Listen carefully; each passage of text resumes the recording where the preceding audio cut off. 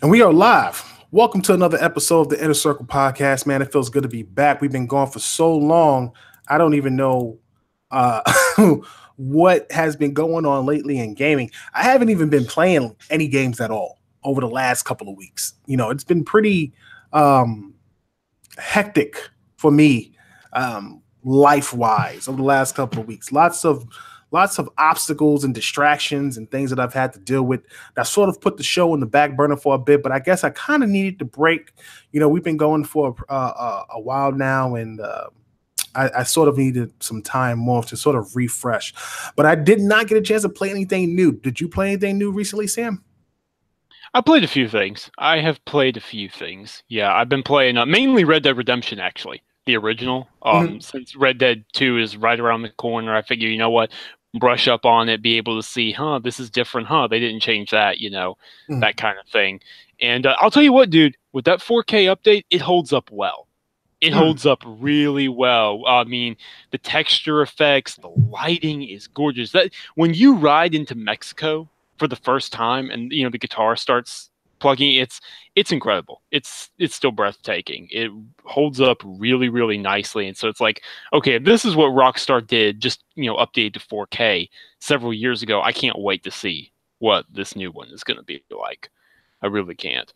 But yeah, I've mainly been playing Red Dead, and then I also played the Soul Calibur 6 network test, because that came out very recently. So I got a few matches in there. I mean, Geralt is the poster boy this time around. He's the guest star, so I have to represent, right? I have to get in there. It's good. Just like I played at E3. It's really good. It's a lot of fun. Easy to learn combat systems. Netcode needs some work right now. I mean, this network test was definitely needed. The netcode is not quite where it needs to be. I was gonna say, because I seen a few dudes on Twitter saying that they had some issues with the online and they couldn't understand why the online was so bad. And I just was like, no, maybe was it Soul Calibur or was it Tekken? They couldn't find a match in Japan. And I'm like, that's because it's like 5 Xboxes in Japan. And like they're all at a US base. You know what I'm saying? Like nobody in Japan has Xboxes. We know this. So it's just kind of funny.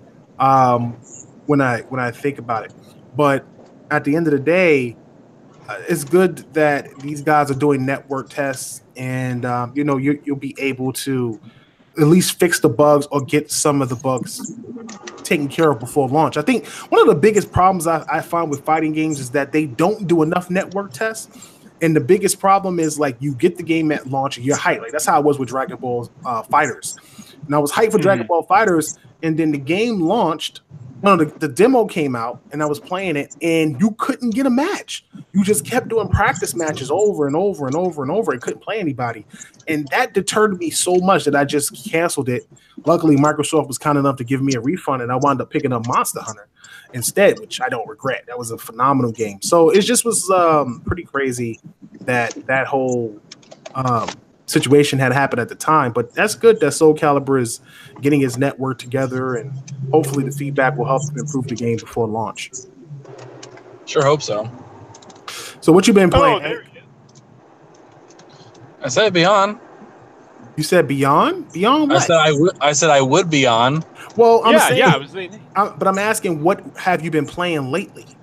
Oh, for me, I was playing Sea of Thieves with the new Forsaken Shores update, and oh my god, is it annoying and difficult. Like, okay, so for those of you who don't know, the update that they've done, the way it currently works is that there's like 17 new islands, and they've added them on to like the side of the map. Like they're not just like in the middle, like they're not interspersed within the regular map. They have added on to the side of the map on the far east. And so in this area, this is just beyond the wilds, all the islands there, well, for not all of them, all the major islands are volcanic. And so if you get a ship nearby it, it will start causing it to erupt. And so when it erupts, the water starts boiling. So if you're swimming, you start dying. If you, it'll start shooting out shrapnel from the volcano. And the volcano will hit your ship and will cause it to sink. And the water that comes into your ship is also boiling, so it kills you to try to save yourself. It is extremely frustrating. They added rowboats in this one, which is really awesome. But those do not trigger the eruptions, so it's a way for you to get the treasure and then get out of there.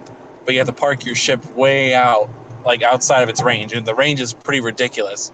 I was talking to Sam about it. Like if you park out like at like a regular outpost, like Wanderer's Refuge or Crook's Hollow, and they have the skeleton cannons that are firing at you, you have to park about twice as far away because the range of those volcanoes is ridiculous. That's crazy. And then you gotta row in? Yeah, you gotta row in or you can swim in. That's insane. Yeah, so you gotta find rowboats now. So that's pretty crazy. So yeah, I've been playing that, Spider-Man, and finished Fallout 4 completely. Fallout? Nice. You didn't finish Fallout 4? Yes, I finished Fallout 4. I've done every playthrough now. Oh, I was gonna say, I felt like you played that game about 15 times already. Yeah, like, he's done everything. He's done everything now. Oh, okay. What you got to understand is, like, my first playthrough, I was just kind of figuring what the game was about, and so I ended up doing the Minuteman, the Minuteman ending, and so then I had I focused more on science and charisma as my power aspect. My second character, he went with the Minutemen alone. No. Sorry, the first character went with the railroad. The second character went with the Minutemen, just so you could kind of like stave off everybody else. My third character, I played as Lex Luthor. I was doing an RPG build. Jesus. And so I was playing as a hard, like I was doing everything perfectly. I ended up siding with the Institute, who ended up joining the Raiders for the DLC. Yeah. What is happening right now? This is crazy. It's crazy. Yeah, it's absolutely insane. So that's what I did with that one. And so I had a modded character, Roxanne, so I could try out new mods. And then my last character I named after myself, and I did the Brotherhood of Steel. And I've been putting off finishing it so I wouldn't be done with Fallout 4. But I finally finished it. So good job. I'm very proud. That's great. I plan not to play Fallout until Fallout 76. Well, I'm glad somebody finished Fallout because I'll never play that game. So I'll just ask you questions about it and figure it out when Fallout 76 comes out because I'm hopping on that because it's got co-op. It's the only way I'll play it. I won't play it by myself. I'm probably going to have to play co-op. Obviously, Ivans will be in there. I'm going to be in there. Nick will be in there. So, yeah. Yeah, we're going to have a great time. We'll have the squad, no doubt. All right, so let's get the show started. Want to appreciate everybody for stopping in once again. Am I too bad? You hear a lot of background stuff? Yeah, it's background stuff, but it's not too bad. You're actually pretty clear. It's pretty good. But it's just I'm driving. I'm currently in transit. I just want to make sure. Oh, you pulling a kid smooth out here, huh? I'll mute myself when I'm not talking, so at least that much. All right. So tonight we're going to talk about Perfect Dark Renewed, something that is driving Sam crazy. He does not want to talk about Perfect Dark Renewed. We'll discuss that. We'll talk about Telltale's collapse, and we'll segue into last week's interview with Drew Karpyshyn. If you didn't get a chance to check out that interview, make sure you go ahead and check out interviews where we talk to Drew Karpyshyn. And we kind of discussed everything with Knights of the Old Republic, Jade Empire. We touched on BioWare, but the cool thing about that particular interview is we got a chance to talk about something that sort of affects gaming. And it coincides with Capcom's recent closure and Telltale's recent employee releases and obviously possible closure as well, on the brink of closure. So we'll discuss that. And then we'll talk about XO18, baby. It's going down, son. I'm mad hype. I can't be too loud. My kids are sleeping. So I'm really excited about that. So let's go ahead. Let's get the show started. And let's jump into these topics. Here we go. Welcome to the Inner Circle Podcast, the premier podcast for Xbox. I'm your host, KORSKLL, with Anchorman V. Hey, everybody, live from the road. Direwolf 484. Hey, live from my room. Stay safe, Anchor. And shout out to B Money 101. Wherever you at, if you come through, no doubt. If not, no worries. We'll catch you next week. So listen, man. I actually got a chance to recently see some news pop up on Generation X and or Generation Xbox, and they were talking about Perfect Dark being renewed. Um, and we sort of started doing research on it. Now, you guys know we always reference the interview that we had with Ken Law back in 2000. I think it was 15 or 14. Yeah, I think it was 15. It was 15, because right? Like, it was right before. I think it was like right when I joined or something like that. yeah, And the whole Phantom yeah, Dust. yeah. The whole Phantom Dust. We do apologize. We at Tick Podcast do apologize about getting your Phantom Dust remake canceled. We do apologize about that. But anyway, so so we would, we got a chance to talk to Ken Lobb about Perfect Dark. And if you're new to the channel, if you haven't seen that interview, go ahead and check out interviews. You can check out the Ken Lobb interview that we did. But Perfect Dark being renewed, when we did the research, it looked like it was renewed back in May. Was it, Sam? Do you remember? Without looking at it right in front of me, I actually think it was. Yeah, it was June or May. It was one of the two. Yeah, it was like June or May. So it was about a couple months ago it had got renewed. I guess it kind of went under everyone's radar. We checked it out. The team went ahead and wrote a small article about it. Here's the thing about Perfect Dark. Microsoft has introduced these new studios. Everybody believes the initiative may possibly be working on Perfect Dark, or it could have been and not so much that it could have been, but the coalition may have been helping them or helping a studio work on Perfect Dark. And these are all rumors, of course. I don't know if the initiative is working on Perfect Dark anymore. It was the one IP that I felt, because of the staff and the people that run that studio, would be the perfect opportunity to bring that game back. The problem that I see now is that they were given the opportunity to create their own IP. And I think that's exactly what they will do. Phil said that they were able to look at the back catalog if they wanted to renew or revive an old franchise, or they can create their own IP. The perfect storm would be that they are both doing both, that they've built a studio large enough to handle 2 games, because it sounds like Playground Games is about to do 3 games. Like, I'm so hyped for Playground. I haven't been hyped for Playground in so long, it makes no sense. I'm hearing Playground is not only working on an open world RPG, but they're actually building another team for another game, which is insane. This is insane to me. But that's neither here nor there. We'll talk about that another time. Back to Perfect Dark. So with the initiative, if they get an opportunity to work on a new IP, I think that would be the best route to go, or the best route to go, in my opinion. Because look, we a lot of people are clamoring for Perfect Dark. They want to see it return, but I think the Perfect Dark that people want won't be the Perfect Dark that Microsoft delivers.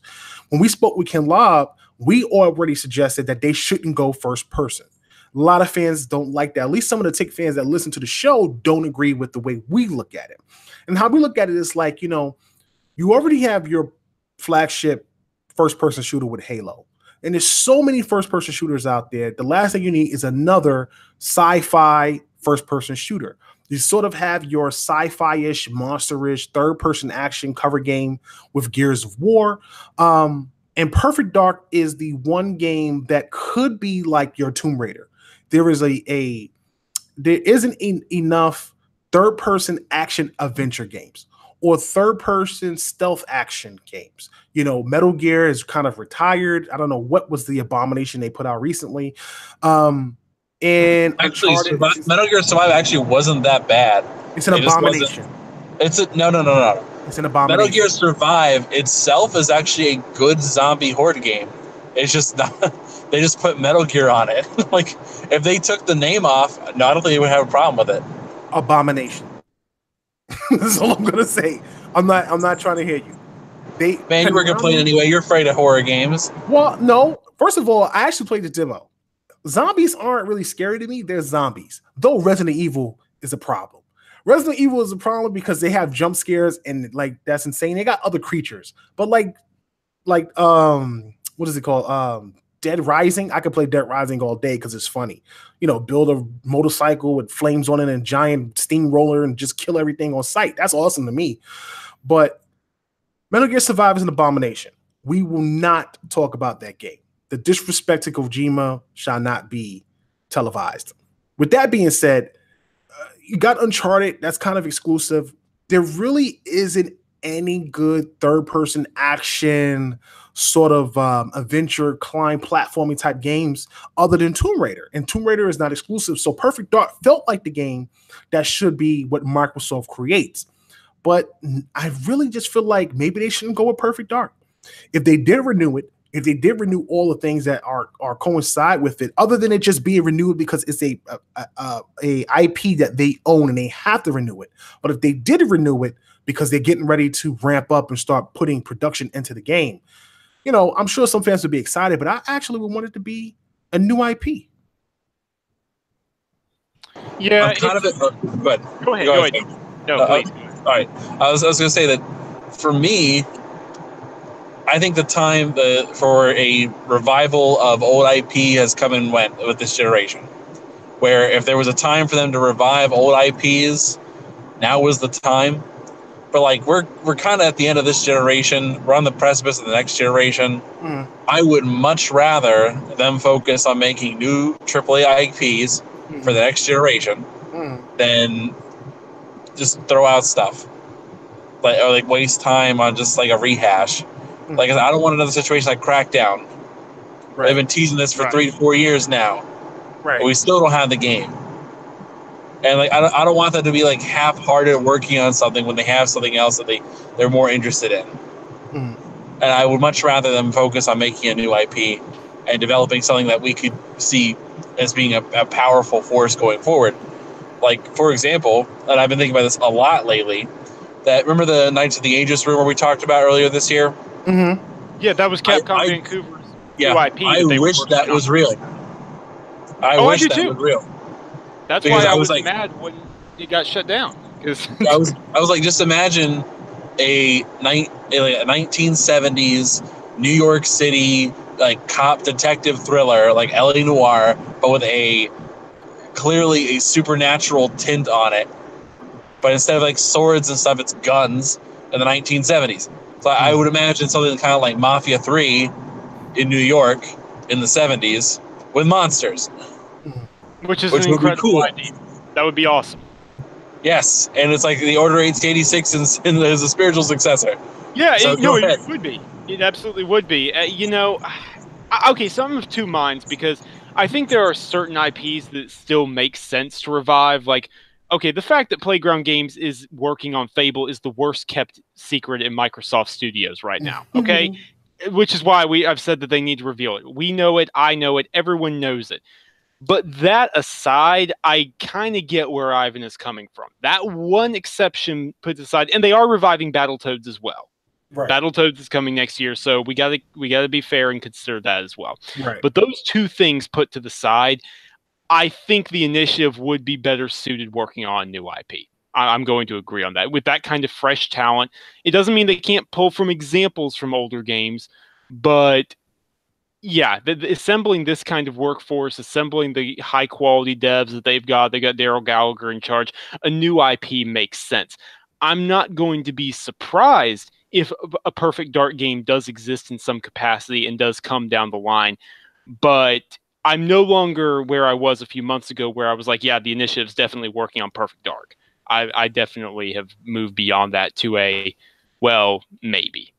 I agree. So I have no expectations for the initiative, simply just because it's a brand new studio. They've shown nothing at all what they're working on, and I'm not going to have any expectations for them. Like, it's very different from the Coalition, where the Coalition had that little demo, and so like the Shanghai concept was kind of formed there. Right. And I said, okay, I had expectations. And especially because I love how Microsoft does this too, is that when they form a new studio, they tend to hire people from all over the industry for random stuff. They do. Like for the Coalition, they were hiring people who worked on Splinter Cell, hiring people who worked on Call of Duty, Battlefield. They were picking off people left and right. And we're like, wow, what kind of game is this? And they picked up people from Need for Speed. I remember because I actually was paying attention to this before when they were still called Black Tusk. Hey, that's the motorcycle mechanics and gears. Hey, that section was awesome. Don't kid yourself. That's what I'm saying. Listen, yeah. I get it.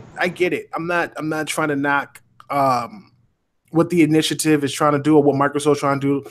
I don't have a problem if IPs are brought back if they're made by third-party studios. Like Battletoads being made by this third-party studio looks pretty cool, and it's going to try to keep its original tone. It's going to give you that sort of cartoon 3/4 view feel. You can see just basically based on what they were presenting with that little demo. They're not trying to go for anything ultra realistic or anything. They're trying to really keep it, keep the soul of the game and what it originally was.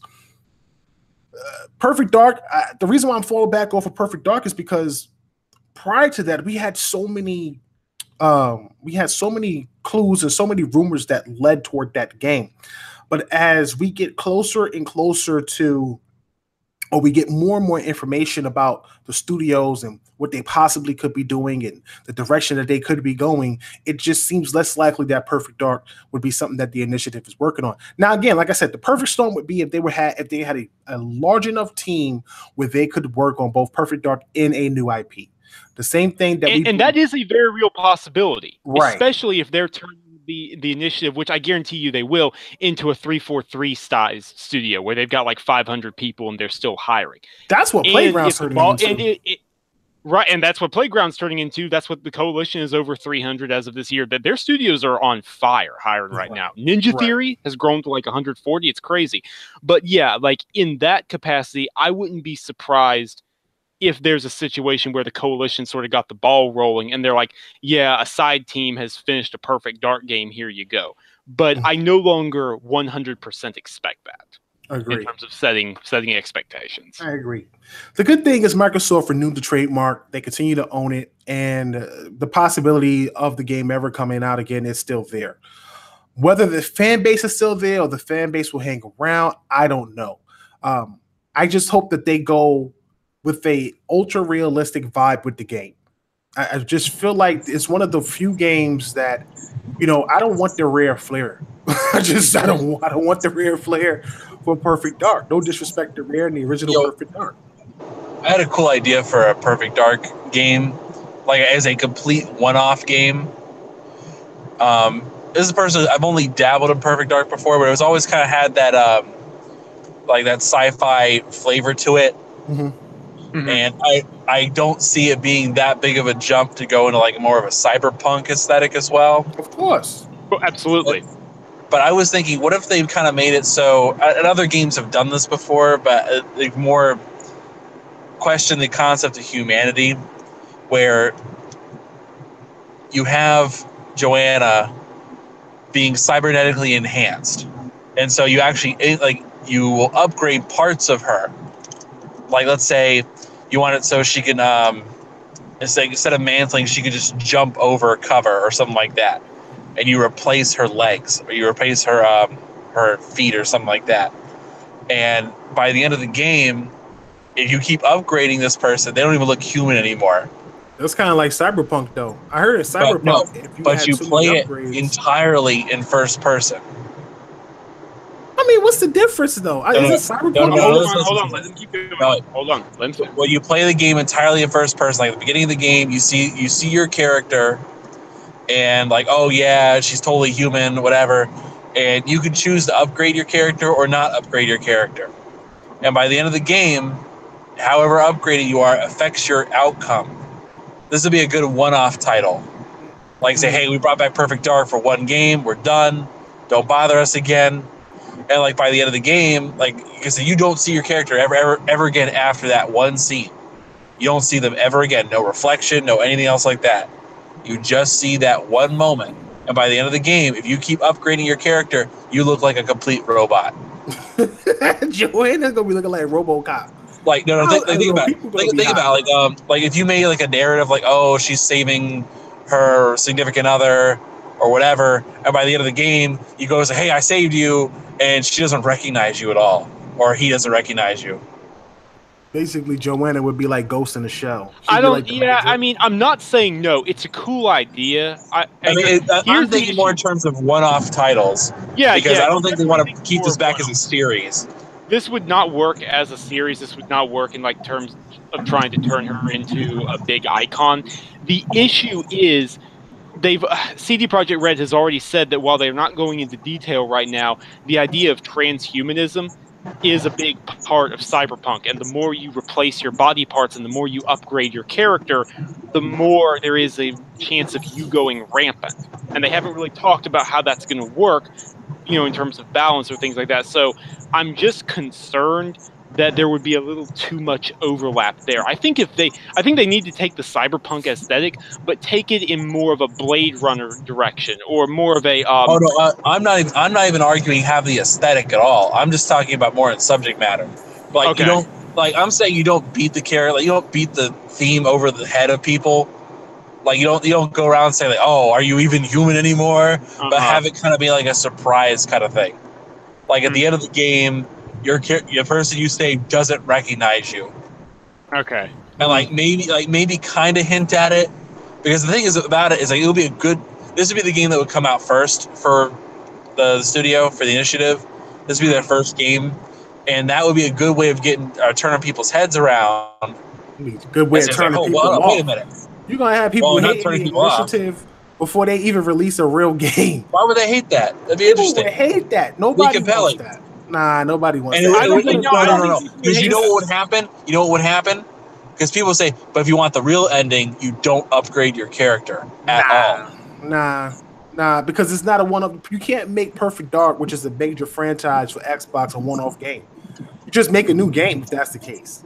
If you're gonna do that, what Perfect Dark's had? What, 2 games? Perfect Dark. Well, Perfect Dark's had I think 3 games. Or 2 games. 2 games. All right, like Perfect Dark and Perfect Dark Zero, right? It's still an iconic game. That's like saying, oh, let's change. It is. Come on, Perfect Dark is an iconic game because it was basically the predecessor to GoldenEye, right off of the N64. So then you turn around, though the Xbox version of Perfect Dark wasn't that great, people still clamor for that Perfect Dark type game. This is one of the reasons why we feel like it should be significant changes to give it a new identity, but not to the point that you can literally turn your character into a machine and really sort of go away from the original concept of it. That's like saying, oh, Conker's no longer a squirrel. By the end of the game, he's a chipmunk. Like, come on. Who is Joanna? Who is Joanna in the series? What do you mean? She's an agent. I know. She's an agent. But does she have any defining character traits? I mean, she's a secret agent. Obviously, she uses alien technology. The answer is no. Yeah. All right. This would be a way of adding an extra level of depth into a character who doesn't have a character. I just don't see the Xbox community. Maybe some new people, but the hardcore guys, they're gonna be like, once again, Microsoft kills the game. They killed the franchise.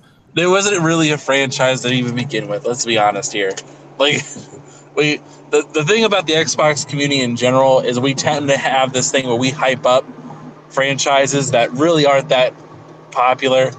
Perfect Dark was a popular franchise. Like, okay, why are we so excited for Battletoads? Here's the question. Battletoads was a popular franchise. Like, you insane? Because how many games? How many games? How many games? They had a plethora of games. Answer the question. How many games? I don't remember, but they had at least 3 games on Nintendo, on the NES. One. No way. No way. Well, maybe you're right. Battletoads, and then Battletoads would tear down. Doesn't matter. It's still a classic game. And how long ago was that last game? Okay, but it's still a classic. People remember it. I remember it. Listen, but you can't say it's a classic franchise if it has 1 game. All right, that's fine. It's still a classic game. Changing a classic but game. But that's the thing too. Everyone's like, "Oh, I'm so excited for Battletoads. It's a key pillar of the Xbox franchise." It's like cult syndrome because of how many children were traumatized. That's what's going on there. Here's the thing. If you want to talk about trash ass Voodoo Vince, I'm with you. I hate Voodoo. I hate the fact that Phil even brought that game back or allowed them to even make that game. I was disappointed when they announced it. I felt it was a slap in the face of the Xbox community. They could have, even though it was made by a third party, they could have did something else. They could have took any other IP and did something else.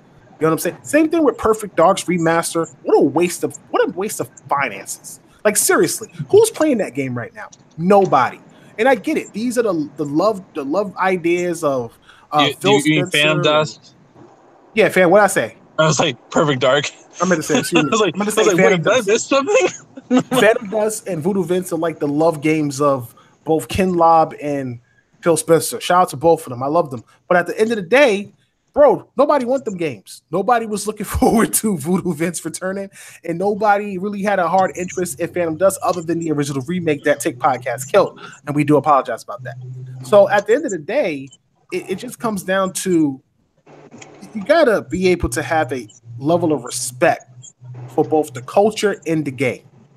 And people remember games a certain way. You have to be able to improve upon it and make it modern, but you can't go so far away from the title that it's not what people remember the game as or the character as.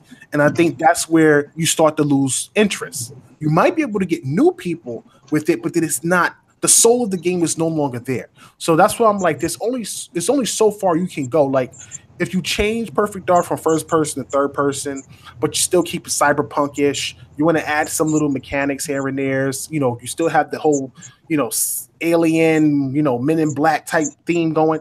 That works. People can feel that. People can still play the game feeling that. But if you start going to the point where it's like almost cyberpunk, and now you're replacing limbs, and she's got a right arm for a cannon, she's like, freaking, no. That's the thing, though. You don't really push it until the very end of the game. Like all the player sees is just, oh yeah, I want to be able to jump twice as high. Okay, yeah, give me that upgrade. And the player's not even thinking the fact that you are replacing limbs to get these features. Like, it would be a total blindside. Like, say, I can imagine like the beginning of the game being, you see Joanna in her jumpsuit or whatever, her agent outfit, and you see her like in a full body mirror, and then by the end of the game you see yourself and you see home. Oh my god, how much have I changed? Like, how much have I sacrificed in the name of better performance? That's hilarious. But I don't know. Just think about that. That would be a crazy way to end a game. And you would have all the hardcore people, the guys who like torturing themselves, going on the hardest possible difficulty. Like, all those guys would love this game because they could not upgrade. I don't know. That's tough. I like the idea, but I just don't like it for Perfect Dark. I like it for a different. It'd be the Dark Souls of first-person shooters. Jesus Christ! Don't do that. All right, can we move on? Let's go on to Telltale's collapse. So listen, Telltale had to unfortunately let go. Good riddance. That's just so savage. A good amount of employees, like over 100 people, and prior to that, Capcom Vancouver actually completely shut down, and close to like 278 people. Like 140 people got let go from Telltale, and over 270 some people got let go from Capcom. So basically about 400, just around it out, about 400 people had lost their jobs over the past week, or over the past month, shall I say. And it kind of sucks. It really does suck, because I said something on Twitter. Some people took offense. I mean, it got a lot of attention. But at the end of the day, it's like we sit here and we complain about microtransactions, and we complain about DLC, and the cost of games hasn't changed. And I continue to argue with people about, yes, the people are like the cost of games has changed, and I'm sure it's changed in certain areas. I think that the standard price for gaming continues to be $59.99. Like at least in the United States, the standard price is $59.99, which I think hasn't changed since I think like 2006 or something like that, where it used to be $49.99 for your base game. Now it's $59.99, and then you have tiers. Certain games come with DLC, certain games come with certain items. So you can go from 59 to 69, or 69 to 99, or 89, or whatever. But for the most part, the base game is normally $59.99. Now, if you live in a different country and the price is $100, that is going to be your markup based on whatever your country's value of the dollar is. Right. Like, that's got nothing to do with gaming. If gaming's become more expensive in your country, that has to do with your pricing for your country. If the tax has gone up, if there's some tariff, we all about tariffs here in America now. So who knows what's happening? But at the end of the day, that's got nothing to do with the actual price. And the way these developers are trying to supplement that is by putting in these microtransactions and DLCs. And I think that the DLC is not a problem. I don't have a problem with DLC. Microtransactions, in my opinion, obviously you don't want to be sleazy with microtransactions, but you're paying for every single thing and you're being nickel and dimed, or you getting loot boxes and you're paying for stuff and you're not getting an item that you're paying for. That's something different. But I get microtransactions if it's cosmetic, if it doesn't affect gameplay, especially if you're doing multiplayer games. I don't have a problem with that.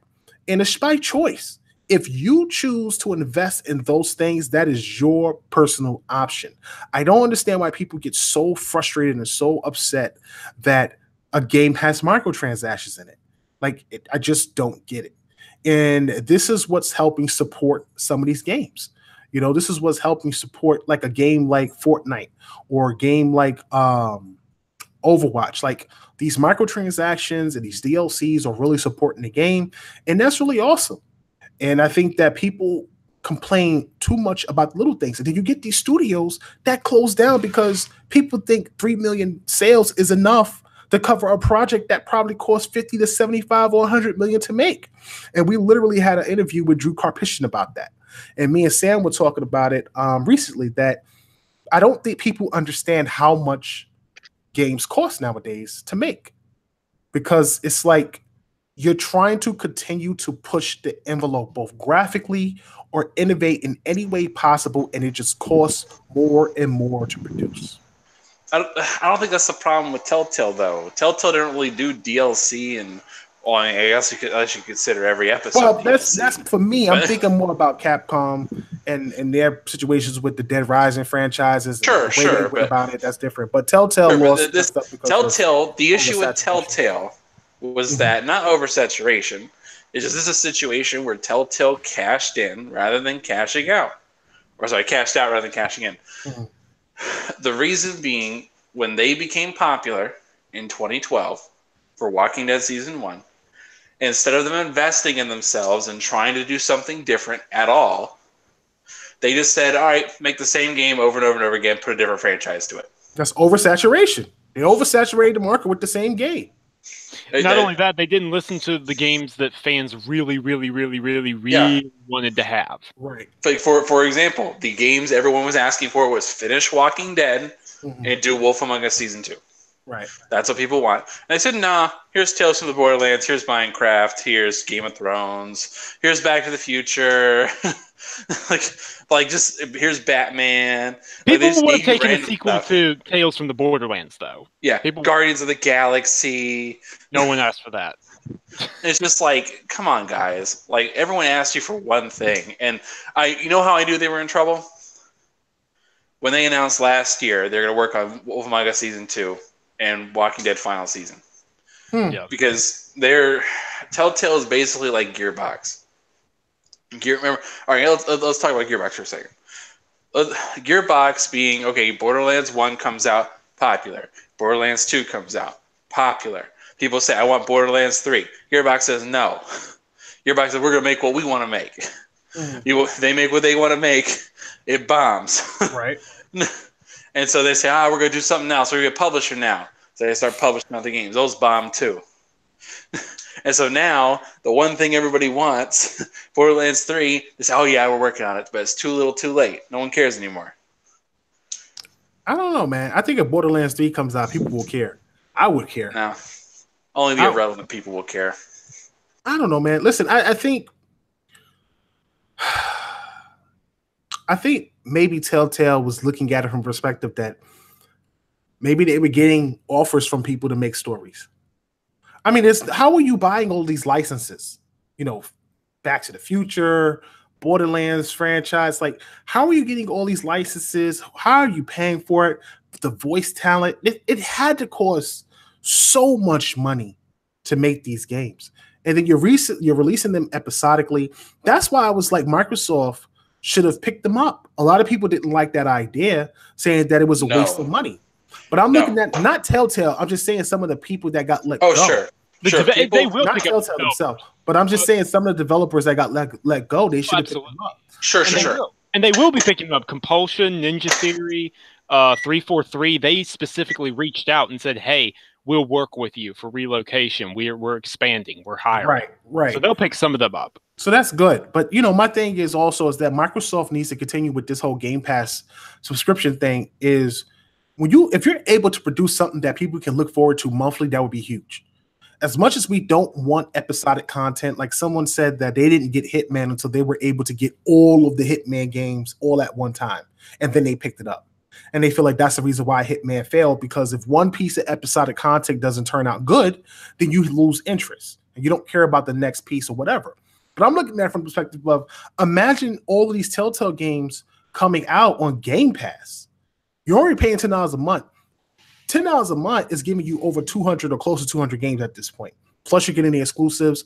Getting a Telltale game, just a little episodic content, and you're looking forward to the next episode the following month, or maybe you get 2 episodes in a month, would be nice. It's a nice incentive. I'm not saying that it should be something that they need to invest hard in, but if you're able to produce consistent content that people can look forward to every month in between all the little games that they're already getting, that would be nice.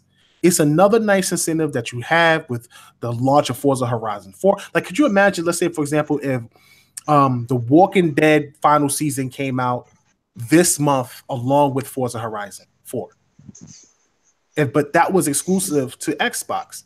Think about the impact that would have for the people who were excited about The Walking Dead, or maybe the Batman game, or maybe Wolf Among Us. That would have been a nice incentive, and it's not something overly expensive that Microsoft has to worry about, because one episode is like $4.99. So it's not really impactful, and the developers are going to get paid right off the rip because Microsoft is going to pay them. You're going to cash out from the subs and Xbox Live. It sort of pays for itself. So I always thought that would be great if they wanted to do something like that. They definitely need something episodic, so that way it's like Netflix, like you have a TV series or a TV show that comes out every season. They should have games that release seasonally if they're episodic. I think that would be a great idea if they were able to do something like that.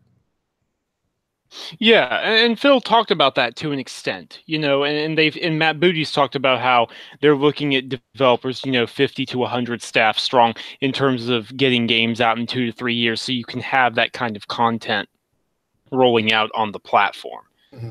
I mean, it's just, I don't know. I've said what I needed to in the past regarding Telltale's closure and the Capcom Vancouver closure. It's just a mess. GamesIndustry.biz actually had a piece where in the last 12 months, over 1,000 developers have been laid off. And to be fair, I'm sure just as many have been hired as well. But, it's ugly. It's ugly seeing that kind of thing happen. And think about how many studios we've seen close in the last 12 months. The funny thing about that, I was saying that, what's going to wind up happening? Because companies like THQ, EA, Activision, Ubisoft, they're gobbling up these sort of on the brink studios. Like, you're seeing them snatch up certain studios. Like, oh, so-and-so has now joined THQ, or they've now joined, THQ Nordic or whatever, or they've now joined Activision and they're under their umbrella. And you're starting to see these little small studios that can't survive, that's struggling, get picked up by these big third-party publishers. And eventually what's going to wind up happening, these small studios are not going to be able to, one, hang with the big publishers because the big publishers have money. The small studios games aren't as impactful. It costs so much to produce the game, and then you're not making that money back on the back end when it sells. You know what I'm saying? A game like for example, like Vampire came out, and Vampire didn't get the greatest review scores, but some people picked it up. If that game was $59.99, there's no way Focus Home makes that back. There's no way they make that money back with Vampire. And that's a game that they should be able to build on. But they probably wouldn't make it back if it doesn't sell 5 million, 6 million copies.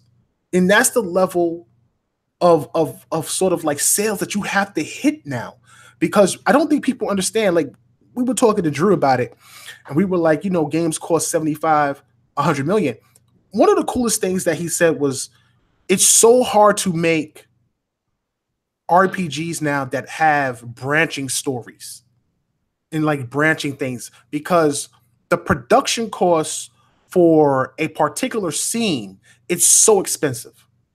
Remember, he was saying like they had a scene in Mass Effect, and he said that one of the scenes was like, if you chose to do this particular thing and you would be teleported or sent to this area, you would never ever see the scene. You would never see that scene in the game. You would literally have to play the game over to see that scene again. And Bayer was like, they're not going to see the scene. Then we're not doing it. And it's because you have to pay people for the voice acting, for the acting, for the time in the studio, for the production, all of that stuff, just for that one particular scene. And if you don't get enough people to see it, if enough people aren't watching that particular scene, that is lost income for that studio.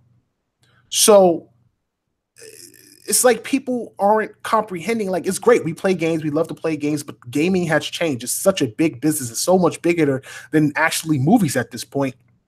It's pretty insane.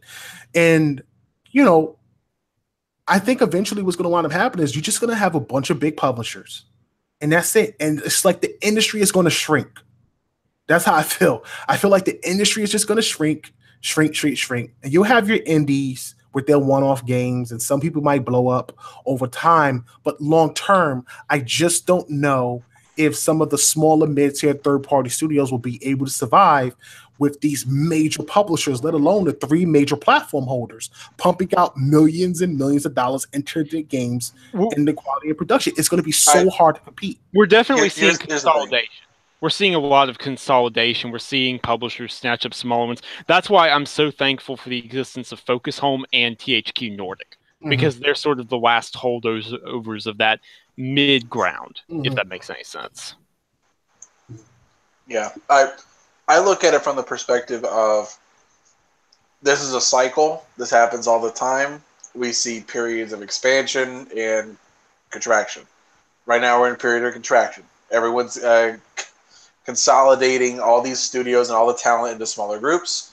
Another innovation will occur, and everyone will start kind of focusing doing their own thing, and we'll have a bunch of new studios all out there again, and then it'll all contract all over again. So I'm not particularly worried about the fact that we're losing certain studios. I'm not particularly worried because something's going to happen, as it always does. Well, we'll see. New studios are going to pop up. We'll see. I obviously, as fans of the industry and this hobby that we all love and that we care about and we grew up with, we don't want to see nothing bad happen or things fail. We don't want to see price increases for both games and products and accessories. We don't want to see that. But these devs really deserve, income. Obviously, I don't want to sit up here and just give people money for bad products. That's not what I'm trying to say. Don't get me wrong. Obviously, if a bad product is a bad product, obviously don't pay for it. That's on them. But at the end of the day, though, a lot of times, man, if you like something, buy it. Exactly. And like eventually I will buy something. I just gotta find out if it's gonna be worth it. But that's my thing. Some people will be like, I'm gonna wait to a drop in price. Don't do that. But some people can't. That's the thing. There is a ton of games. That's the fact of the matter. A lot of these publishers have expanded. They're putting out more and more stuff. I hate this word because it's such a cold corporate word, but there is too much content. Okay, there is. I mean, you thought 2017, 2018 were crazy. Look at the next 3 months, or not just the next 3 months, but the first 3 months of 2019, and how crazy that is. And the fact that there's inevitably going to be some games that haven't been announced for them but are going to land in those months. It's not the consumer's fault per se. They've got to find ways of pushing, how do I say this, of pushing out and reaching more consumers, which is one of the reasons I think the idea of Xbox streaming to phones is going to be revolutionary if they can get it right. Now, if they can't, obviously, then it's not a big deal. But if they can, they're tapping into a huge new market and means of financial support. Well, a lot of people don't like Microsoft's moves, but I'm telling you, if anybody's going to survive in this industry, it's going to be Microsoft. They've already taken that initiative with the whole Windows 10 Xbox thing. You got downloads going with Game Pass. Like, they're really changing with the times. I know dinosaurs like myself and some other gamers out there that are hardcore guys, especially some on the Sony side, are all about the exclusives and keeping it on one platform. It works when you have the install base, but even Sony is investing in you're able to download games on PSN. Eventually, I'm sure they'll add their exclusives to that platform as well. it's just so much potential with that network because of their history and the amount of games they have. And same thing with Microsoft. Microsoft's got 360 games on there. They got OG Xbox games on there. They got the Xbox One games on there, exclusives. And it's, like Anchor said, look at Bethesda. Wolfenstein is coming. Like, Bethesda is all in, bro. My hat's off to Anchor because he called us a long time ago. But Bethesda's all in on Game Pass. We all spoke about this a couple months ago, and I'm just telling you, man, more third-party studios going to start hopping on this Game Pass situation, and it's really going to start putting pressure on the other platform holders to come up with some sort of pass themselves. I truly believe that. So we'll see what happens. And that's why competition is great, because if Game Pass wasn't a thing and if it wasn't successful, I'm not sure we'd see PSN downloads on PS Now for PS4 games or the PS2 classics. I agree. Absolutely. All right. So listen, man, I'm hyped. XO18 is back. Or shall I say returning? I don't know. It's been a long time. It's been a minute, right? It's been a long time since we've had an XO, and people are hyped. Phil went on what is that show? Inside Xbox. Inside Xbox. I can't remember the name of the show no more. I don't even watch it. Inside Xbox, and he went ahead and he announced XO18 as well as mouse and keyboard support coming to the Xbox, which is cool, man. Some people are concerned about getting their tails whooped in Gears or Halo because of mouse and keyboard support, but he said that's up to the developers, and I'm sure they'll give some sort of option where if you play multiplayer, you can choose to play with mouse and keyboard, or you could just choose to play with controllers. Hopefully they have those options available. But it's crazy because Microsoft's having an XO18 just isn't like a FanFest thing. Like, FanFest to me is something that they should have made where you're announcing big things at FanFest for like the fans exclusively, like we're coming out with this or whatever, and show it off or something like that. But they just sort of just made it like just a fan event. Like, you just go, you meet people, you play some games that's coming out or that's out already. You get some behind the scenes conversations and interviews, and then that's it. And that's cool. That's hunky dory. But XO18 is a big deal. This is what everybody's been asking for. This is what we was asking for last year when Microsoft didn't have nothing to show. I feel like Microsoft is going to show something big at XO. I don't know what it is, but I'm really excited. And the only reason why I'm excited is because he was like, oh, the last XO we announced Rare. The acquired, wasn't the last one. Not the last one, but he was pointing out the scale of XO, right? Because XO used to be, for those who have forgotten, basically a second E3 for them. Because it wasn't always Gamescom was their second E3. It used to be that it was XO. Halo Wars, that was revealed there. The GTA 4 exclusive DLC that they funded when Rockstar was having financial problems, that was theirs. Hard to believe that Rockstar was ever having financial problems. Geez, how the times change. How the times change there. But, so it used to be a big deal. And at risk of hyping myself up too much, I still want to be careful. I don't think he would have casually said something like that without them having something to show. Right. I really, really don't. I know Gears is huge in Latin America. It's huge in Mexico. So I will be stunned if we don't get some new Gears 5 stuff. Probably maybe even some gameplay. That'd be pretty cool. Some Gears tactics as well. I wouldn't be surprised if they showed that off. That makes sense. Crackdown 3. Yeah. I was just saying it's going to be Crackdown 3. Yeah, Crackdown. I can tell you right now what this event is going to be extremely limited in scope. Like, I would not go out there expecting a second E3. Okay. At all. Yeah, I don't think I would expect them to say, okay, here's the next 6 months. Mm-hmm. And you know what? That's fine. Like, I'm fine. Here's some Sea of Thieves content. It's coming out soon. They can't. Crackdown. They'd show gameplay, big gameplay demo of Crackdown. But they're gonna say, here's the next 6 months. That's fine. That's fine. Let me just say this really quickly. Cal. Because unlike Gamescom, which is close to E3, it's just a couple months removed. This provides them an opportunity of, okay, you've made it this many months since our great E3. Now here's a bit of a roadmap to get you through to the next E3. It removes that wait till E3 pressure. I kind of get what I've been saying.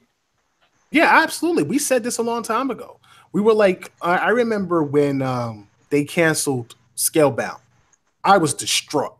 Like I was losing my mind on Scalebound. Scalebound was like my most anticipated game. I was so hyped for this game. I immediately went on a rant about Scalebound. And then finding out some information, I went on another rant about Scalebound. And then the closure of Fable, of Lionhead Studios with Fable, I went on a rant about that. I was like really upset at Microsoft. Like seriously, like Microsoft had cheated on me, and I was just going in. Like I'm tired of Microsoft. You know what I'm saying? Like I'm not gonna keep putting up with this. But at the end of the day, man, I remember when Phil came out and they started talking about the Xbox One X. And the funny thing is that right there sort of turned the tide a little bit, even though they didn't have the games, that turned the tide. And what I was saying was at the end of the year, when they had announced the X, that they needed something else. Like they needed one little show that gave us the next 6 months so we knew what was coming.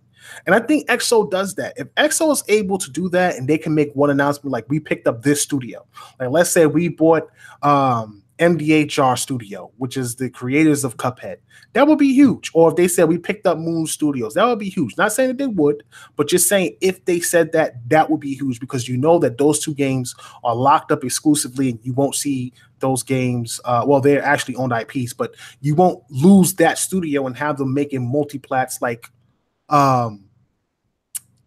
Remedy.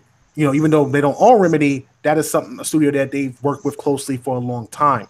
So, so what you're talking about that too, I totally agree. I think this is going to be there's going to be at least one announcement of something they're going to buy, a studio. You know who I wouldn't be surprised if they bought? Who? Crystal Dynamics. Oh, okay. Yeah, hold on. Okay, sell me on this. Yeah, sell me on this. Go ahead. I got to hear this. What was the last hit Crystal Dynamics had? Rise of the Tomb Raider. And they just put out Tomb Raider? I said a hit, damn it. Tomb Raider wasn't a hit. Rise of the Tomb Raider sold 8 million copies. Yes, I don't believe so. After how long? How many sales? 12 months. After 12 months? And they dropped that price after month 1? Yo, Rise of the Tomb Raider was successful. You came out? You and Others seriously misunderstand how many people bought that game on PC day one. Like it sold like wildfire on PC. I don't know about this. After how long? After how long? The moment it came out on PC in January. You know what sold it? You outsold it? Fallout 4. It's Fallout. We know it did. How would you compare it? No one denies that it outsold it. But okay, so sell me on Crystal Dynamics because they are opening a new studio, a support team called Crystal Northwest, and they're working on the Avengers game. So I would love to hear how Microsoft acquires them. All right, so here's what my thoughts are. They have put out these games, and they have not exceeded the expectations set by Square. Of course, Square is kind of ridiculous, and they keep pushing out these Tomb Raider games, and they're not catching on. Like it's always kind of like ho hum, here it is. Yeah, I'll pick it up when it's $5 and move on. So here's what I'm thinking. What if Square is like, you know what, I'm done with this. We ain't got time for it. And Microsoft has an opportunity to take them up. I would not be entirely surprised if that did happen. Because that would be a big budget studio that they just don't have that extra group. I don't know why.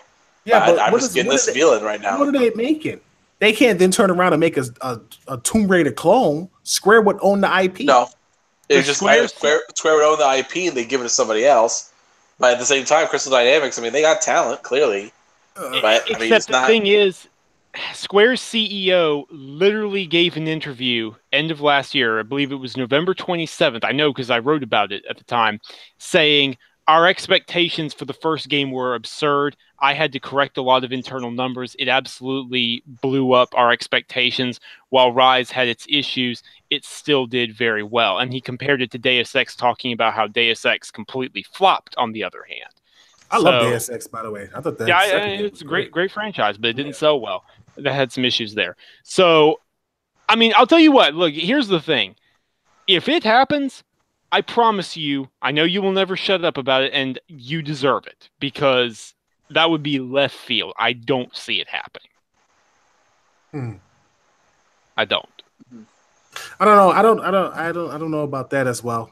I just don't see it happening. But listen, XO18, Microsoft could come out and drop some bombs. That would be great if they were able to drop at least maybe one or two. The next 6 months would be good. That will hold you down until E3.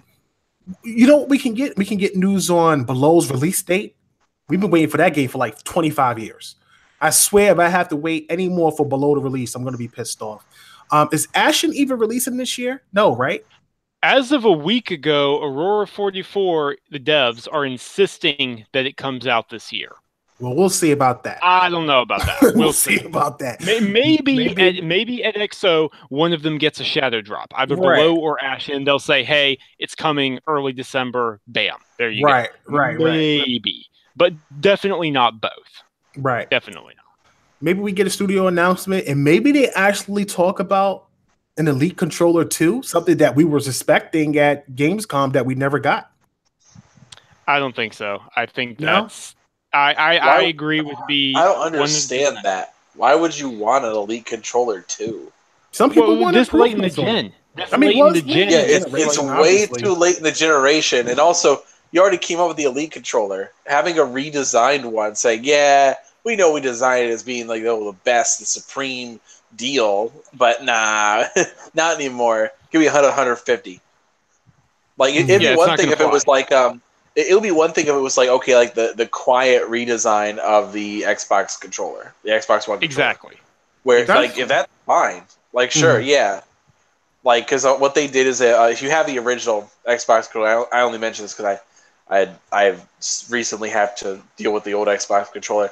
If you look at the original parts, had like these flat pieces of plastic, and they were really easy to pick up. Like if you were to like hold the controller and just kind of like slide it over something on a corner, it would eventually like pick up on a piece of fabric or something. It was picky. It was like the corners were sharp, but they redesigned it, and so first of all the backs of them have the mini texture on the back of the controller, which is awesome, and then they kind of redesigned that portion.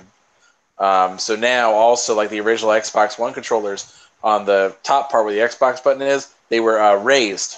The Xbox logo was raised over it, and it had a shiny black portion. But now, if on all the new ones, all the new Xbox One controllers, it's all flush, and so you can run your hand across it, and you won't feel the raised button. And it's also kind of the top portion there where it would be shiny is kind of meshed in with the top of the controller. And so they quietly redesigned it. They're not charging anymore. It's just every new controller from now on is going to be like that. Well, that's good. That's good to hear. I definitely need a new controller. I feel like I need a new Xbox One X. Am I the only one who Xbox doesn't turn on when you hit the controller? Like when I turn the controller on, it doesn't come on, and then I have to press the button twice for it to start. That's your fault. Yeah, I've never heard of that. I've literally never heard. Like I'll hit the controller, it won't come on. When I press the button, it'll make the sound, but the light won't start. Like the light won't come on. Then I press it again. The light on the Xbox won't come on? Yeah, like I press the button on the Xbox, it'll go bling, but then it won't come on. Then I press it again, the light will come on. Is it plugged into the wall? Absolutely. It's plugged into an outlet. Yeah, it's plugged into the wall. All right. Yeah, but it's just that sounds like it could be a power issue, but I don't know. I'm thinking about calling Microsoft and having them send me a new Xbox. Yeah, quick before that warranty goes away. Hell yeah. Word. Coming up on that quick. So yeah, man, look, we're all excited for XO18. I'm looking forward to what they're going to show. We, as we get closer and closer to Xbox, my Xbox probably is broke. As we get closer and closer to Xbox, XO18, I'm sure more and more news and rumors will come out, and we'll definitely be here to cover that. Forza Horizon 4. 92 Metacritic, possibly could hit 93. I don't know, man. I feel like Forza, with everything that they've done, should have been higher than that. Is my expectations too high? Yes. Really? Because what other racing game? Okay, what other developer has been able to put out a 90+ rated game and then 2 years later one up it? Listen, in the exact same franchise. Here's my thing. At some point, Listen, when you look at the top rated racing games of all time, the top 3 racing games of all time is all Gran Turismo. Like literally, I think one of them might be Burnout. How long ago? How long ago? I though? get That's that. the thing. In The modern day of racing games, Forza Horizon is the golden standard because people can actually play Forza Horizon and not have to be car nuts to enjoy it. Exactly. That's true. Motorsport does well, but you still kind of have to be a car nut. If you look at each Forza Horizon game, they have progressively done better in scores, and they are better games each individual time.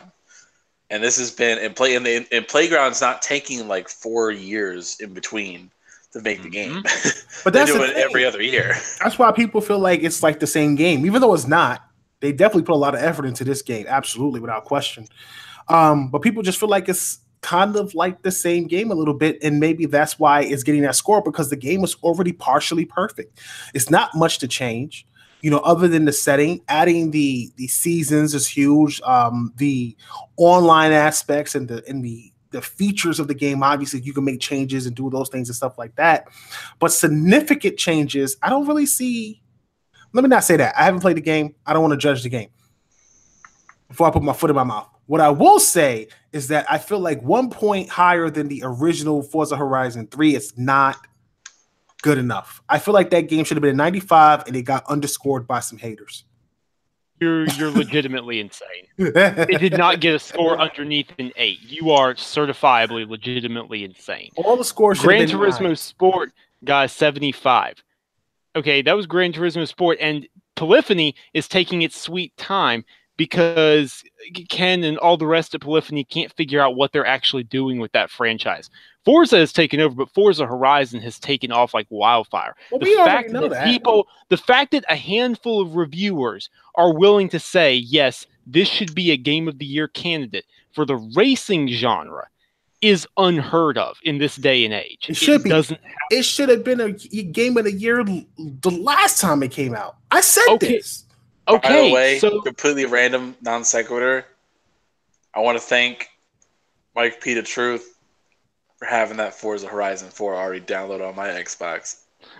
Oh boy, that's the real MVP right there. No doubt. Shout out to Microsoft for hooking us up with a nice review copy. I asked them. They was like they sent out all their review copies earlier in the week, and they would hit me up with a Ultimate Edition review code. And I was like, word. I was like, word. Okay. And sure enough, the next day, it was supposed to come on the 20. He told me to hit him back on the 28th. I was like, all right, no problem. But he sent it to me the next day on the 24th. That thing was sitting in my email for like 4 days. And sure enough, I gave it to David, our editor over at Tick Games Network. And right now he's reviewing the Ultimate Edition of Forza. So I know he's happy. That's like a $100 game. Our head editor in chief, Chico, was pissed. He was like, he's such a Forza nut. He was like, come on, man, let me get that game, bro. Like, you don't really need that game. Spending $100 on these games every year is just insane. It's funny. But shout out to Microsoft for that Ultimate Edition. But I'm definitely going to try the demo. I'll probably pick it up sometime later in the week. But listen, I'm very proud of Playground. I can't wait to play an open world game with that world that they have set up. It's going to be insane. With them seasons and everything, whatever they make it, whatever the next Fable is going to be, I am so excited for it. I really believe that the game is going to be phenomenal. There's no way even if they've never made an RPG, just based on the world of every Forza game that I played, I just feel like their next game is just going to be out of this freaking world. It's going to be phenomenal. It's going to be something. It's going to be special. I'm so hyped for it. And whatever they're making, if they have a third studio coming, it's going to be crazy. Absolutely. Okay, no, they do not have a third IP coming at a third studio. I'm going to shut that down right now. No, let it run. Let the rumor run. Let it run. No, I will not. I will shut that crap down. Playground has IPs. No, they do not. No, they do not. No, I am putting out a PSA right now. If they do have a third studio, it's a support team. There is not a third IP. Forza, Fable, and a new IP. How much do you want to bet? I don't want to bet anything. I'm not making any. That's what I thought. That's what I thought. So I don't trust you people. I don't trust anyone setting me up, trying to get me to play these horror games. I refuse to take any bets. Nobody wants to Hey, bet like a question. normal person anymore. People want to bet me to play horror games and like let my soul get lifted from my body. It's insane. Not doing it. But you know the real question though? Do you play Forza Horizon 4 on performance or quality mode? That's Do you tough. play it? Do you That's play tough. it That's tough. 4K HDR, I feel like it's an 30 frames per arcade second? game. I feel like it's an Or arcade game. You don't need the 60 on an arcade game. That's how I feel. I know racing nuts will play it on 60, but for me, I need the gorgeousness of the world. I don't really care. Be honest with you, I'm not a performance nut like that. As long as the game don't have like lag and screen tear, I don't really give a damn, honestly. I'll play a game on 30 or 60. I've been playing 30 my whole entire career, so it's not a big deal to me personally. But 60 does look amazing and is way more fluid. I do know that. But it's not going to kill me if I only play it on 30. yeah, I don't know, dude. I don't know. I say half and half. I prefer 60. I can feel the difference, but I would say that the visuals mode is definitely where it is if you want to take some screenshots. Like if it was Forza 7, like Forza 8 Motorsport, yeah, then I'll go with 60 FPS. But in an open world game like that, where they're really trying to give you really make the world look alive. I seen some screenshots where somebody took a shot of the car in the snow, and the damn snow was like sparkling. Like it was incredible. I was like, wow, that looks real. I was like, wow. There's some shots that have looked photorealistic. Yeah, I've had to do double takes. It was pretty impressive. Oh, that's Horizon 4. That's not real. Yeah, so we'll see, man. I don't know, but shout out to Playground Games. They do an excellent job. Obviously, I'm joking about the whole 3 studios things with Playground, but it would be cool if they were able to work. Or are you? Yeah. So listen, we're gonna go ahead. We're gonna get on out of here, man. I want to thank everybody for stopping out. I do appreciate the support. I'm not sure if we have enough people in here who want to leave us questions. We will take a few questions if you want to. It's been a while since we've been doing the show, so go ahead and start leaving your questions in chat. Go ahead and put a question mark behind it. If not, we'll go ahead and head on out of here by 12 a.m. Excuse me. We will be back next week with another episode of the Inner Circle Podcast every Saturday at 10:30 p.m. or 10:30-ish. Make sure you tune into the Iron Lord Podcast tomorrow at, I believe, 12, right? Because it's been going 11 recently. 11, right. 11 a.m. because it's Sunday, so they've changed their schedule. Anchorman is back with the multiverse team on Mondays, I believe, at 8 p.m. Eastern. So make sure you check out the squad as they talk about the latest going on. Did you guys watch what recently just came out on Netflix? Did you guys see the Bleach movie? No, I did not. No, bro. Have you seen the Bleach anime? Yeah, bro. Watch that Bleach movie. I swear to you, I'm not even gonna lie. For like the anime films, it might have been the best anime film I've seen so far. I haven't watched Attack on Titan yet, but I can tell you right now, Full Metal Alchemist was terrible. Tokyo Ghoul was terrible. But Bleach was on point. Like I was actually feeling Bleach. It was pretty cool. I have to admit, I actually liked it, even though it was still cheesy. It was pretty cool. But definitely check that out. I just finished watching A Wrinkle in Time on Netflix. That movie was terrible. Is that the new one? Yeah, it was. I'm sorry to hear that. I was really hoping it was going to be good. Yeah, I didn't like. I love the original book. And I watched Iron Fist the whole season. How was it? Yeah. It was good. What do you think? I thought it was pretty good. I gave it like it was much better than the first season. I'll give it like an 8 out of 10. Much better than the first season. Really impressed with both. You're talking season 2. Yeah, okay. Season 2. Not season 1. Not season 1. Oh, I was about to say. 2. Season 2 is definitely 8 out of 10. I have to admit, it was a much improved in both choreography and story. And I like the direction they went with it. This one, even the ending was surprising, and I was impressed with that. So yeah, that's pretty cool. But yeah, so let's go ahead. Let's end this for the MP3 crowd. I'm your host, Carol S. Kalel, the last son of Planet Xbox with Anchorman V and Direwolf 4A4, and we're off this planet. Make sure you check us out at tickgamesnetwork.com and follow us at TIC_podcast on Twitter. And we're off this planet. See you guys next week. Peace.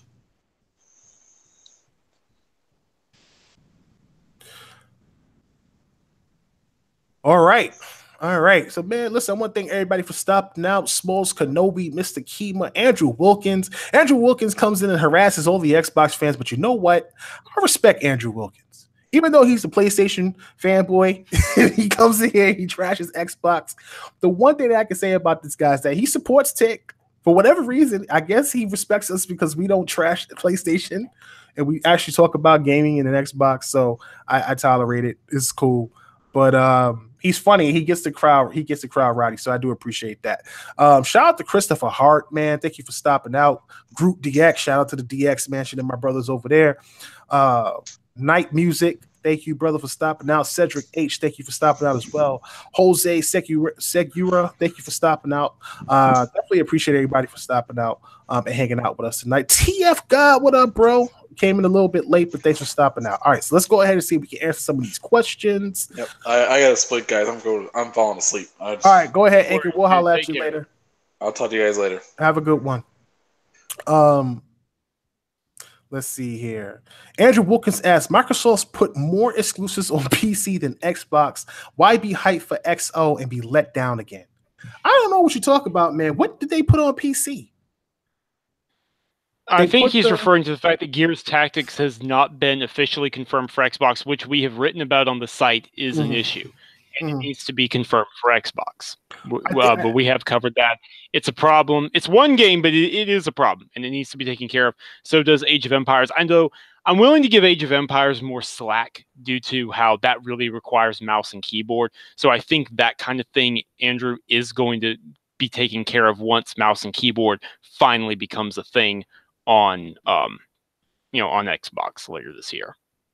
I don't know, man. I feel like I don't know if Microsoft's put more exclusives on PC than they put on Xbox.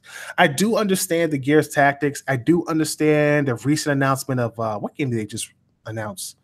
Besides Gear Tactics, they was going to PC. I can't remember. It was some game. The Minecraft Dungeons. Oh yeah, Minecraft Dungeons game, and then they also just re-released the Age of Empires. I think it was.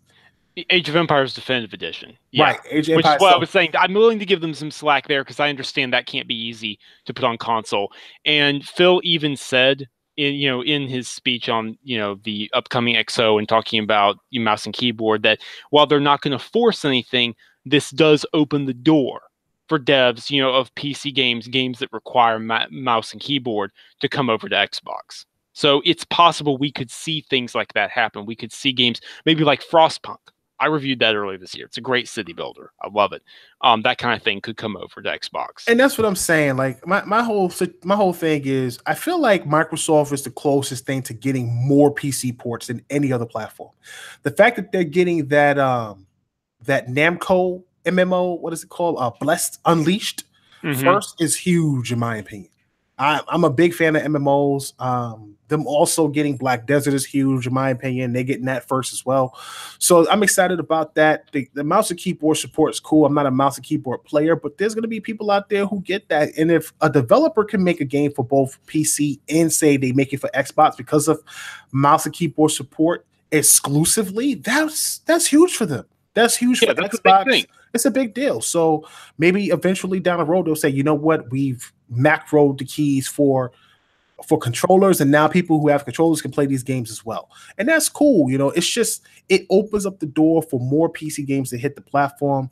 I understand that there's some games that's on PC that's not on Xbox, but again, it makes sense. Most of the games that they announce are tactics games or strategy games, and that completely makes sense where those things probably don't transition well when it comes to controller. Though the tactics games really isn't one of those, but the other two, I believe, might be. I don't know what the dungeon game is. I haven't seen it yet, but might be. Yeah, I just found out about that a couple of hours ago. It's basically like it's Minecraft, but it's completely different. It's a dungeon-based game. The Mojang actually compared it to Diablo. So yeah, that's kind of weird that it's not coming to Xbox, and I do agree with that. I thought it was something else. Oh well. Yeah. Let's see here. What do we have? Other questions. Regis Randoms now asks, what studios do you want Xbox to get? We all know. Focus. No, well, that's a publisher. If they're going to get a publisher, Focus Home Interactive is the one to get. Studios, I would say my short list right now would be, in terms of from realistic to unrealistic, Obsidian Entertainment. We've talked Ooh. about that. We're actually pretty sure that's going to happen. Yeah, There's a we lot of agree. We evidence think that's suggesting it. And Obsidian. I meant to tell you this, Cal. They're hiring now. Who? Obsidian? Obsidian Entertainment. They're hiring for several jobs, which that means their financial woes are over. So, interesting. I'm not saying it's definitely. Hey, who cutting them checks, bro? It's interesting. It's interesting to say the least. And their work on Armored Warfare, whatever that game was that they were doing some writing for, is done. Their contracts are fulfilled. So that'll be interesting. But Obsidian Entertainment, definitely. Studio MDHR and Moon, both for very similar reasons. They make, smaller games, but beautiful, phenomenal games. I would throw 4A games up there. The shooter devs, they got 2 studios, one in for Kiev. Metro. Yeah, for Metro, they're fantastic. They do a great job. And unrealistic, I know, but Remedy. I will throw Remedy up there. It's unrealistic, but they have a tech team and a full studio. They've worked well with Microsoft in the past. Like, come on. Let's make Alan Wake 2 happen. Let's make Quantum Break 2 happen. Come on. Let's get the show on the road. Pick up Moon Studios so bad. I want them to pick up Moon Studios over MDHR. I like Cuphead, but I'm such a big Ori fan. I love Ori. I played through Ori and Ori the Definitive Edition with the DLC. The game is just so special. And it's beautiful. Graphically, the story, the music, it's really just one of the few games that I could say, even if it's just like a $20 game or whatever it is, it felt and played like it should have been a $60 game. Even for a side scroll, like it was really that impressive, and I love that game, and I love that studio, and I look forward to their next game coming out. Besides that, honestly, Obsidian, because I want Xbox to have more RPGs, more Western RPGs. I'm an RPG head. I would love for them to build a Japanese studio. Obviously, it's going to be hard for them to buy one, but they definitely need some type of Japanese studio that's just producing the content that some fans might not be able to get on PlayStation or Nintendo. Just something that's coming out of Japan that's unique, that really has that culture, that feel. I'm a big fan of Japanese gaming as well as the culture. I'm a big anime head as well. I watch a lot of anime, so for me, I'm all about that stuff. Though I rarely play JRPGs nowadays, I'm still a big fan of a lot of the content that comes out of Japan. So for me, that would be a big deal. Let's see here. Smalls Kenobi says, what PC games would you like to see come to Xbox? PC games. Okay, so like I just mentioned, Frostpunk. I love Frostpunk. It's an incredible city builder. I don't even usually like city builders. I wrote a review on the old URL, ticgn.com, so it's not really accessible right now until that old content comes over, but it's a city builder about an alternate timeline in which the Earth is going through an ice age, the sun's being blocked out, so you have to build a steampunk society to keep humanity going. And you have to decide what laws you're going to enact, like will you use bodies, burn bodies to keep the generators going, or just crazy, nightmarish decisions like that, and I love it.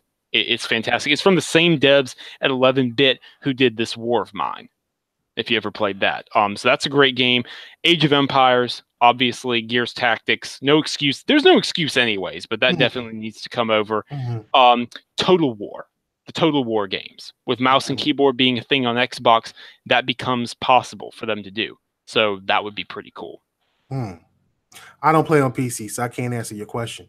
But he sounds like he answered everything pretty good. Jose asks, what anime shows have you seen recently? Man, I can go on and on. I just actually I just finished watching Overlord season.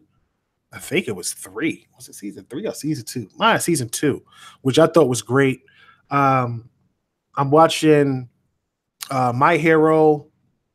I used to watch I can't watch Black Clover. I tried. I just can't do it. It's too obnoxious. It's too annoying. I just can't. All the yelling is out of control. What else have I been watching? This past season hasn't really been that great. I'll be honest with you. It's been kind of weak. I'm waiting for some other animes to return. I don't know if Drifters will return. That's one anime that I thought was pretty cool. There's a few out there. Obviously, I'm watching your regular basics like Boruto and One Piece. I I can't really think off the top of my head, but trust me, I've seen a ton and ton of anime, and I have a list of stuff that I just watch all the time, all the time. Just go through anime left and right. Anything that looks interesting or new, I'm on it. Um, let's try to get though. Mr. Kima asks, "Will Tick attend XO18?" I don't believe we will. That is in New. What is it? It's in New Mexico, right? That is that's in Mexico City. Mexico So City. that's unlikely.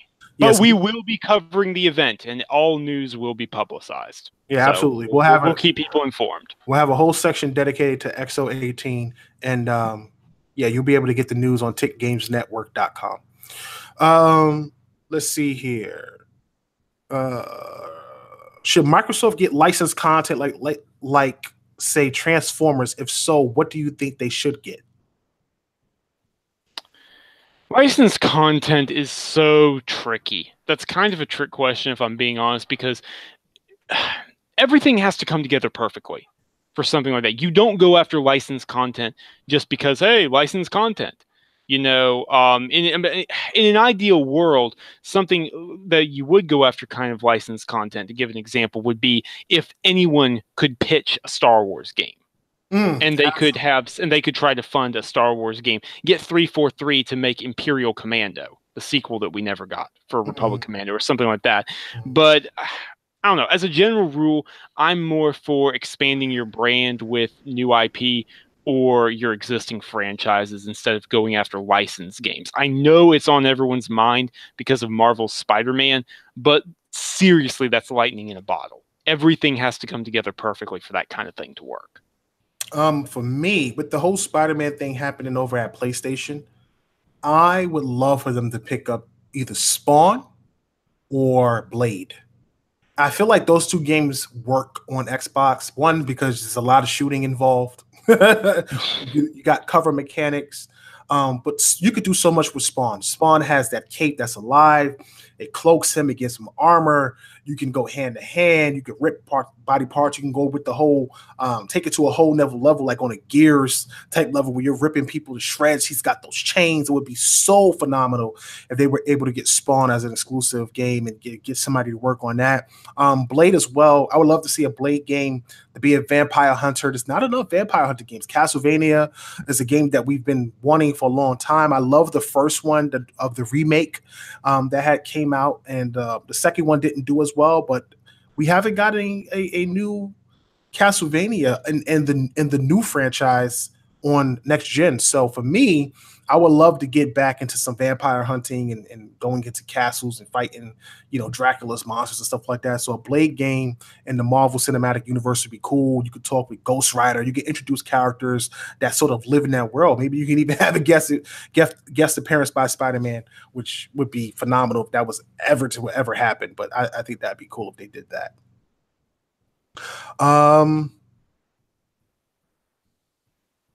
Let's see here. Dax asks, I see Microsoft raffle off all these custom consoles. Why don't they sell them to consumers? My understanding An excellent question for which there is no legitimate excuse. I don't say an excuse for it.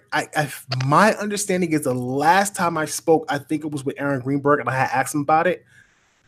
I kind of got the hint that for some reason it's just too expensive. I don't know why. They've done it all last generation. But for some apparent reason, with the new Xboxes, I don't know if it's the design, the paint, the pricing, I don't know, but they just make it sound like it's too expensive to produce the amount of consoles that probably wouldn't sell.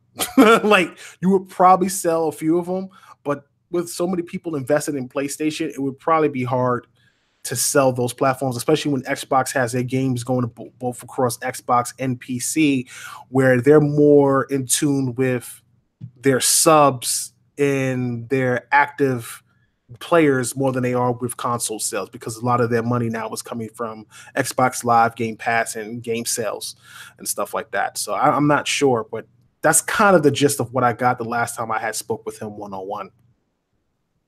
All I know is there better be a Gears 5 custom console there, or we're going to have some serious problems. Yeah. Greg's Random asks, what Japanese developers can Microsoft buy? The only one I can think of if it ever happens is Mistwalker. That's it. I can't see any other Mistwalker, studio. yeah, like we've talked about this before. Mistwalker, Yeah. and if they do, they're buying a name. They're buying for the brand. They're committing. Whatever they do, they're going to have to build a Japanese studio from the ground up. At the end of the day, that's all there is to it. It really is. But if they buy Mistwalker, then they at least get the name. Right. Absolutely. Absolutely.